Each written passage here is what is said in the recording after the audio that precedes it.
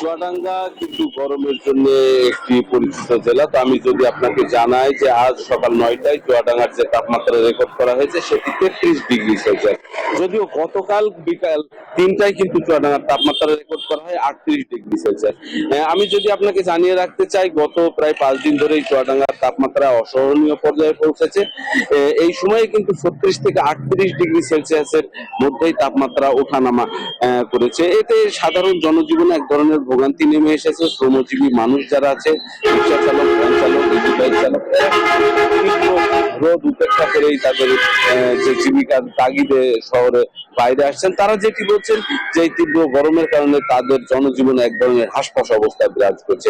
আমি আবহাওয়া অফিসের সাথে কথা বলেছি, তারা যেটি বলছেন যে তাপমাত্রা বেশি থাকার পাশাপাশি বাতাসে যে আর্দ্রতা সেটি কিন্তু বেশিরভাগ সময় কম থাকছে, যেই কারণে এক ধরনের ব্যবসা গরম অনুভূত হচ্ছে। আমি শ্রমজীবী মানুষদের সাথে কথা বলে জেনেছি, তারা যেটি বলছে এই গরম থেকে বাঁচতে তারা কিন্তু দিনের বেশিরভাগ সময় ছায়াযুক্ত স্থানে অবস্থান করার চেষ্টা করছেন, কিন্তু জীবিকার তাগিদে তাদেরকে ঘরের বাইরে আসতেই হচ্ছে। আমি আবহাওয়া অফিসের কর্মকর্তাদের সাথে কথা বলেছি, তারা যেটি আমাকে জানিয়েছেন যে আজকের পর্যন্ত কিন্তু তাপমাত্রা কিছুটা বেশি থাকবে, আগামীকাল থেকে কিন্তু চুয়াডাঙ্গার তাপমাত্রা সহনীয় পর্যায়ে আসতে পারে। তো এই ছিল চুয়াডাঙ্গা থেকে আমার কাছে। ফিরছি স্টুডিও। জি, ধন্যবাদ আপনাকে আমাদের সঙ্গে যুক্ত হওয়ার জন্য।